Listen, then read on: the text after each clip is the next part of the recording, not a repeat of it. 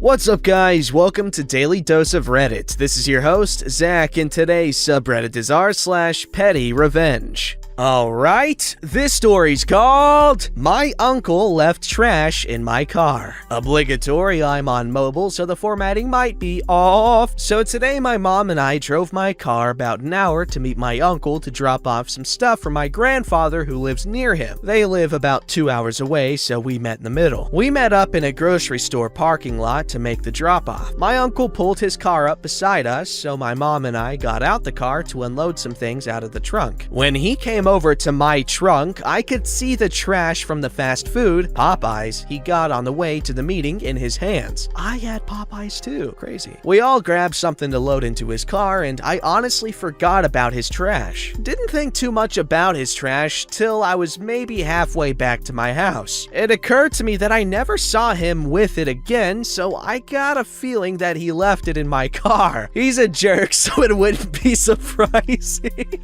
Sure enough, when I got home and checked my trunk, his gross fast food trash was just sitting there. Oh my god.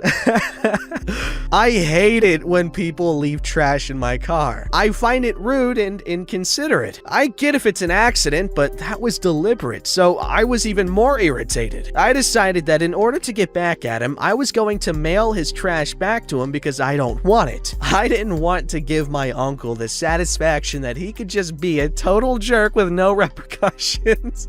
I'm currently at the USPS store waiting to ship this package. I put the trash in a box full of packing peanuts that is marked fragile. I put a note inside the trash that says something like, "Uncle X, you left something in my car."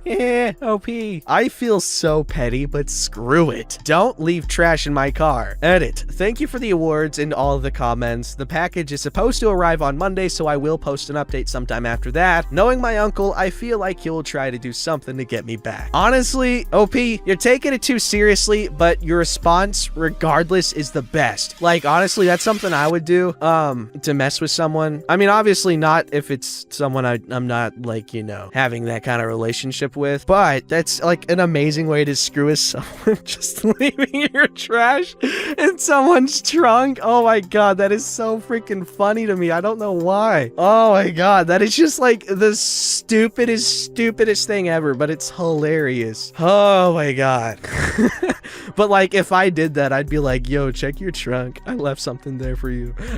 Just be like, you ass. But I was gonna say hole, but can't. Alright, this story's called PettyRevenge on My Skydiving Instructor at 7,000 feet high. This happened in 2016 when I went tandem skydiving. But to tell the story, I need to give a bit of backstory. When I was 17, the end of 2007, I suffered a spinal cord injury and I'm now an incomplete quadriplegic. 2008 and 2009 were difficult, as I had to learn to adjust to my life in a wheelchair. Having my dad with me made this so much easier. But near the end of 2009, tragedy struck again when my dad died in a plane crash. Oh. The following 7 years consisted of me having to deal with his death and learning to live more independently. That's its own story, so I'll get to the point. My injury was so severe that, medically speaking, I shouldn't be able to move anything from the neck down, let alone have the mental ability to communicate or even type this out. My diagnosis was incorrect, and I've gone well above what the doctors thought my physical and mental capability should be. I have mostly full use of my upper body and some use of my lower body. Hey, I am very stubborn, so if someone tells me I can't do something, I'll go out of my way to prove them wrong. This being part of the reason why I wanted to go skydiving, to prove to myself and to others that I can do it. Convincing my doctor to give me medical clearance to do this was a big effort, but eventually she did. And then the day came. It was a week before Christmas in 2016. I was 26, and me and my brother were staying with family near the beach. I convinced my brother and our cousin to do it with me. My brother only agreed to do it because I was was doing. He's scared of heights. What a dude. We went to the skydive building, which was at a small domestic airport next to the beach. We got harnessed up, got onto the plane, and began the 20-minute plane ride to get to 14,000 feet. That's like the height of Pikes Peak. Nice. Throughout the entire plane ride, my instructor was trying to freak me out by saying things like, "Woo, look how high we are," and "Are you scared yet? It's a long way down." But none of this was getting to me. I wasn't nervous, but excited. When we were at 7,000 feet, the jump instructor started to harness us to them. My jump instructor was behind me, and my brother and cousin and their instructors were in front of me. My instructor leaned forward and said, "How are you doing? Scared yet?" What I said in return was quite mean, but he sorta deserved it for attempting to freak me out. "Yeah, I'm doing good, but now's probably not the best time to tell you that my dad died in a plane crash." I couldn't see his face, but I could feel his entire body go rigid behind me. My cousin was trying to hold back laughter, so I'm assuming he had a look of shock on his face. He stammered, "Oh, before I turned to look at him and say, with a cheeky smile on my face, "You deserve that." He relaxed and laughed about it, then continued to attach my harness to his. The jump from 14,000 feet was incredible, and I'm so glad I did it. But looking back on it now, I probably shouldn't have said it to that poor guy, but in that moment, I felt it was deserved. Hey, in the end, he had a good time because he laughed about it, so that's what matters. Tension can either cause strain in a potential friendship or whatever, but it can also strengthen it once you break it, huh? Alright, this story's called Park in the Handicap Parking Space. Here I was, thinking that I'd run out of entitled people stories that didn't involve my mother, but I'm back with yet another one. This happened a few days ago. I'm recovering from abdominal surgery 12 days prior to when this happened. I was finally feeling up for shopping, and there were things I needed from the hardware store. I'm a 30-year-old disabled female in a wheelchair, incomplete quadriplegic, and I don't have a car, so I got a taxi there. One with a ramp on the back so I don't have to get out of my wheelchair. Mr. Taxi Man, who we'll call Bruce, Mr. Taxi Man, that's something I'd call a taxi guy, dropped me off and I went in to do my thing. Nothing out of the ordinary. When I finished my shopping, I called to get the taxi back. It would be a 15-minute wait, but it was such a nice day that I didn't mind waiting outside. As I was waiting, I noticed that someone was parked in the disabled parking space, but there were no disabled tags on the windscreen. Annoying, but I honestly didn't care at that point. I just wanted to get home. About 10 minutes later, I saw a middle-aged woman walk out of the store and went straight to that car. She opened the boot, put her shopping in, and went around to the driver's side. But instead of getting in though, she got out a cigarette and started looking at her phone. A few minutes after that, I saw my taxi arrive. Bruce, being the most polite and patient man he is, waited for the woman to drive out of the car space. Karen knew he was waiting for her, and she was damn sure that she was parking illegally in the disabled parking space, but do you think she cared? She finished her cigarette and got into her car. We waited and waited, then waited some more, until Bruce got rightly fed up and parked the taxi directly behind Karen's car, blocking her in. This is when things got interesting. Karen began to honk her horn repeatedly for a few seconds before she got out of her car. "What the bloody heck do you think you're doing? You blocked me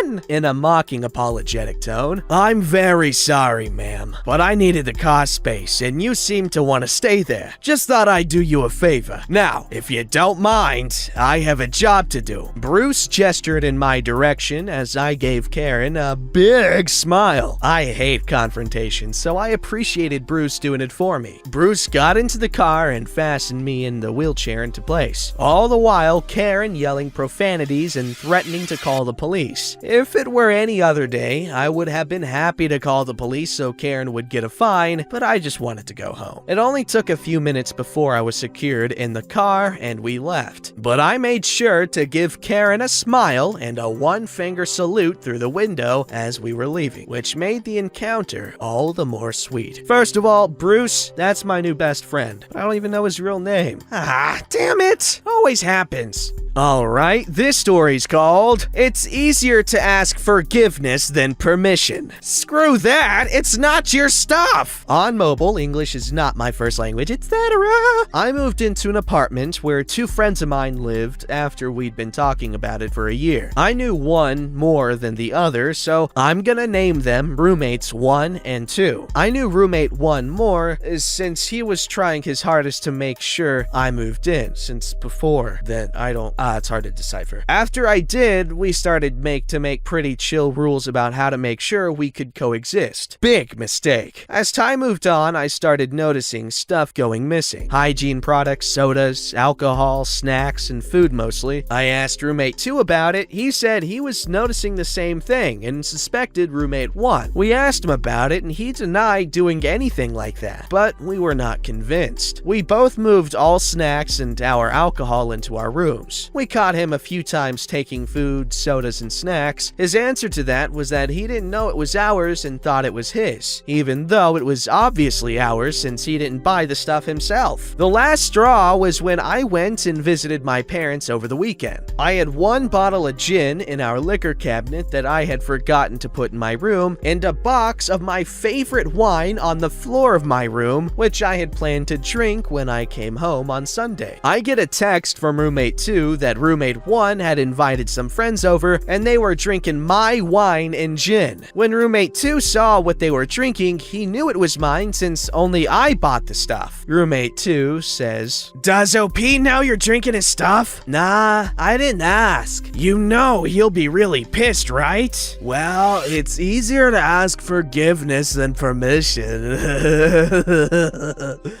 Even one of the friends he invited over questioned what he did, but roommate 1 just played it off as I wouldn't care. I was real pissed. He had started to walk into our rooms to take our crap now. We had a stern talking to when I got home about how disrespectful that was. I now started locking my room and then went to the store and bought myself a label maker. Insert evil giggle. When I came home, I started labeling everything that was mine. Food, spices, cooking oils, snacks, sodas, alcohol, soap, shampoos, conditioner, skincare products, deodorant, toothpaste, toothbrush. For some reason, he took an earlier one I had used and refused to admit he took it. Kinda nasty, etc. When that was done, roommate 2 and I started to reorganize all the shelves in the kitchen and fridge to make sure it was super clear who had what. That just meant putting stuff that wasn't ours on a free shelf. For good measure, I labeled the shelves with our names, even where whose towel was supposed to be. Roommate 1 had no more excuses regarding who had what and where. He also had to ask every single time to borrow anything. He had to replace my alcohol as well, which he did. We had no more problems with things disappearing after that. Damn, label makers are magical. No wonder all the preppy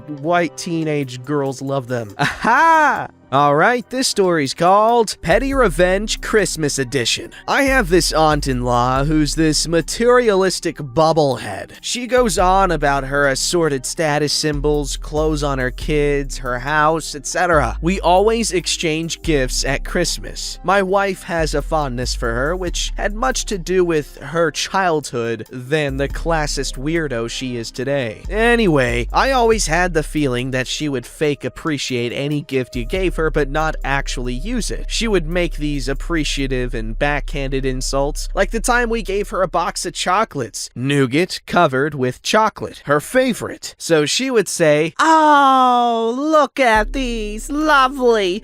I usually get the handcrafted nougat from the chocolatier XXX, so these will be a nice variation. I'm sure they will be nice." Yeah, no, she is never going to eat those, but my wife called me cynical. We have also suspected her of re-gifting quite a bit, but could never prove it until the following Christmas. One of the key rules of re-gifting is you don't re-gift to the same person that gave you a gift. And so, yes, she gave me back the box of chocolates. I know it's the same one because A, it was pretty rare. Never saw it before or after I bought it. And it was imported from Italy. So I said, oh, these are the same kind I gave you last year. You must have enjoyed these so much that you bought one for me? She turned a little red, but said, yes, they were wonderful. So, when I saw them in the store, I thought I would buy them for you. So I then opened the box right then and there. They were 100% covered in bloom, which would happen after sitting in a closet for a year. A bloom looks bad, but really it's just sugar that's condensed on the surface, so harmless really. Pretending to be ignorant, I double down. I'm going for it. I shove the box under her nose. Here, you love these. Have one. I'm okay. Not hungry at the moment.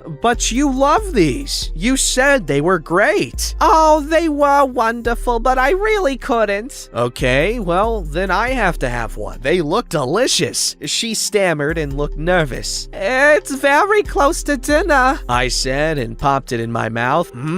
Delicious. It was gross and stale. She looked red. Then, about 10 minutes later, I started to complain. Not feeling so good. Did you have some seltzer? So she brought me a glass, let out a big burp. That's better. I ate dinner, dessert, drinks. Then after dinner, we had brandy. Those chocolates would go great with the brandy. So I grabbed them, passed them around. Some said, where did you get those? They don't look very good. They have a lot of bloom. I said, no, they are great, and ate another one. The aunt looked pale. About 10 minutes later, I suddenly had another stomach ache. You know, hon, not feeling too well. I have that stomach ache again. We should get going. So we did. I told my wife the story. She was mad at me at first for being a jerk. So I said, she knowingly gives someone a year-old box of chocolates and I'm the jerk? And then it finally dawned on her. She knew it was bad, refused to eat one, but let you eat one knowing it was a year old? The aunt called the next day and conveniently wondered how I was feeling. I said, I threw up when I got home, but I was fine after that. Ah, nice. That's commitment, man. You went... You took it as far as you could with the whole making her feel bad. I like that. Don't forget to like, subscribe, and hit that bell to never miss an episode.